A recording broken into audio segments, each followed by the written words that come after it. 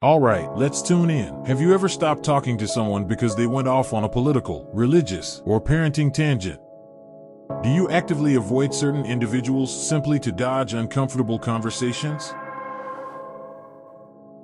Once upon a time, civil discourse mirrored the wisdom of Stoic leaders like Epictetus, who advocated for conversations centered on tranquility and virtue. However, even discussions on innocuous subjects, reminiscent of Stoic teachings, such as the weather and personal well-being, have become battlegrounds in the modern era. This shift is attributed to the polarizing debates surrounding climate change and anti-vaccination arguments. Think back to Marcus Aurelius. He didn't shy away from tough dialogues. He met them head-on, armed with calm and reason. So let's dispense with excuses and embrace the art of conversation rooted in Stoic principles. In the world we inhabit today, every conversation appears on the verge of devolving into discord. Our leaders grapple with the challenge of upholding reasoned dialogue, and even trivial topics escalate into arenas of conflict. This state of affairs is far from the Stoic ideal. As Seneca once observed, we are more often frightened than hurt, and we suffer more from imagination than from reality. Stoic wisdom reminds us that our perceptions and reactions shape our reality. In this polarized climate, where compromise eludes us and authentic listening is scarce, we must heed the Stoic call to examine our entrenched beliefs. By embracing humility and openness, we can bridge the divide and foster genuine understanding. Consider the Stoic giants, Marcus Aurelius, Zeno of Citium. They grasped the vital balance between speaking and listening. Yet, somewhere along the way, we've lost that equilibrium. Technology shoulders some of the blame. Our omnipresent smartphones have made us lazy, distracted, and detached from meaningful conversation. It's time to reclaim the lost art of discourse, reintroducing Stoic values like reason, patience, and respect. Stoic philosophers such as Epictetus emphasized the importance of thoughtful communication rooted in virtue.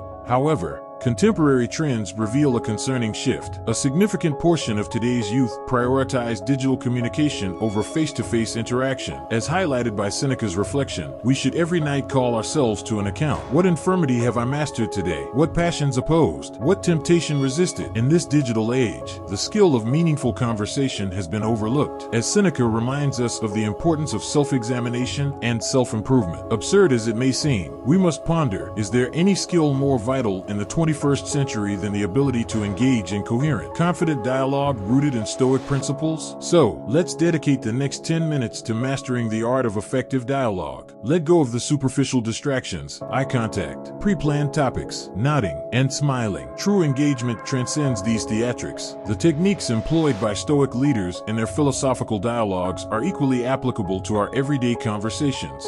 Let us draw inspiration from the Socratic method used by Socrates or the discourses of Epictetus. Through disciplined practice, we can refine our conversational skills, navigating discussions with clarity and integrity. This approach ensures that our interactions are purposeful, avoiding the pitfalls of wasted time, boredom, or unintentional offense. We've all savored those unforgettable conversations, the ones that leave us feeling inspired, understood, and deeply connected. There's no reason why the majority of our interactions can't emulate that richness. There are 10 fundamental principles for enriching conversations. Embracing even one of these guidelines will significantly enhance your conversational finesse. Let us embark on this journey together, striving for deeper connections and more meaningful exchanges. Number 1. Abstain from pontificating. If your aim is to assert your viewpoint without fostering discourse or personal development, consider expressing yourself through writing, perhaps in a blog format. Be cautious for listening to so-called experts. They often offer repetitive and predictable narratives. Instead of fixating on contemporary figures or corporations, consider the timeless wisdom of Julius Caesar, Epictetus, and Cleanthes.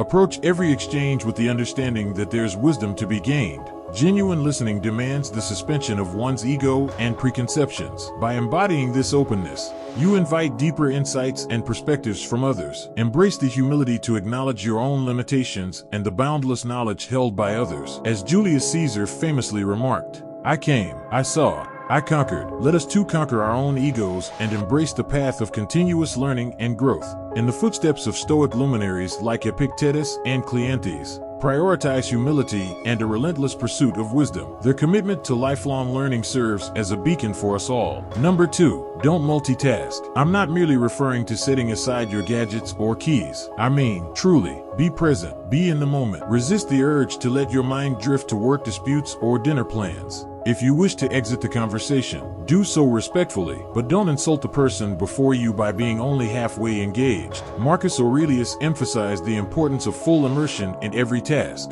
When conversing, give your undivided attention. Be present. This is where genuine connections are forged, here and now. Number 3, just go with the flow. Thoughts will inevitably surface as you engage in conversation, but it's crucial to allow them to pass through without fixation. We've all witnessed interviews where the guest speaks at length, only to be interrupted by a question seemingly out of place or redundant. This interruption often signals that the host ceased listening minutes ago, preoccupied with crafting their next clever inquiry. In our everyday interactions, these fleeting memories and ideas are natural, but it's essential to acknowledge them and then let them go. Consider the wisdom of Marcus Aurelius, who wrote extensively about the importance of being present and letting go of distractions. By fully immersing ourselves in the moment, we allow conversations to flow naturally, fostering genuine understanding and connection. Embracing the ebb and flow of dialogue enriches our interactions and deepens our relationships. Number 4, employ open-ended questions. Take a page from the playbook of journalists. Initiate inquiries with who, what, where, when,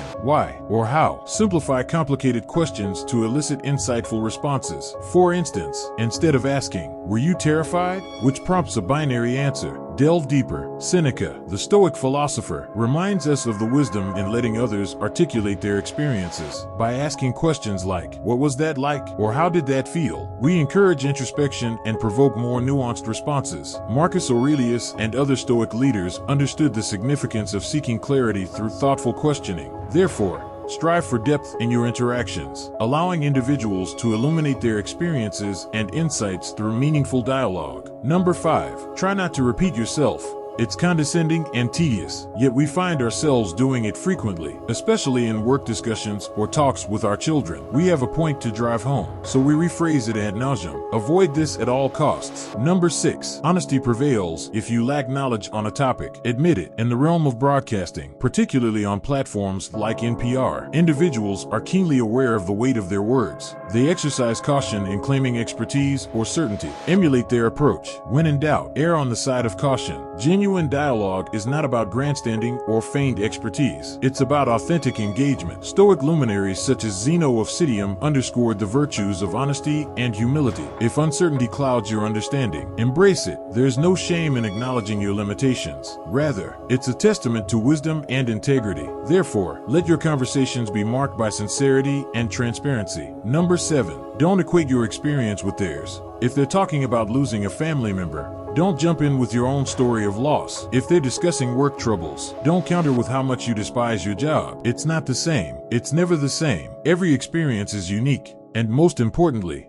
it's not about you. Resist the urge to seize the moment to showcase your greatness or your hardships. As Julius Caesar once said, experience is the teacher of all things. Conversations are not a platform for self-promotion. Number 8, and let me underscore, this is perhaps the most crucial one, listen. Countless influential figures throughout history have emphasized the paramount importance of listening. Buddha, in his wisdom, conveyed that if your mouth is open, you're not learning. Calvin Coolidge echoed this sentiment, stating, "No man ever listened his way out of a job." So why do we struggle to listen?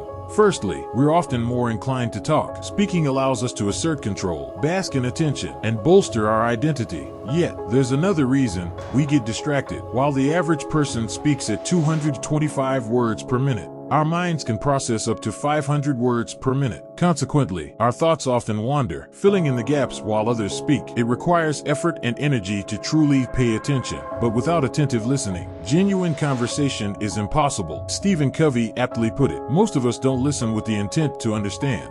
We listen with the intent to reply. Let's heed these words and commit to genuine listening, the cornerstone of meaningful dialogue. Number 9, in the pursuit of meaningful conversations, remember this: stay out of the weeds. People aren't interested in the trivial details, dates, names, or years. What truly matters is the connection between individuals. As Marcus Aurelius wisely noted, the happiness of your life depends upon the quality of your thoughts. Focus on the essence of the exchange, on genuine connection, rather than getting lost in unnecessary minutiae. Keep it simple, keep it genuine, and watch the conversations flourish. Number 10, let's tie it all together: brevity. At the core of our discussion lies a fundamental principle: genuine interest in others. Reflecting on the teachings of Zeno of Citium, the founder of Stoicism, I am reminded of his emphasis on humility and empathy. Stoic philosophy encourages us to recognize the inherent worth and potential in every individual, regardless of their background or accomplishments. Following this Stoic example, I strive to approach every interaction with a sense of curiosity and openness. By listening attentively and engaging sincerely, I aim to uncover the unique perspectives and experiences of those around me. I encourage you to adopt a similar mindset, embrace brevity, cultivate genuine interest in others, and be prepared to discover the extraordinary in every conversation.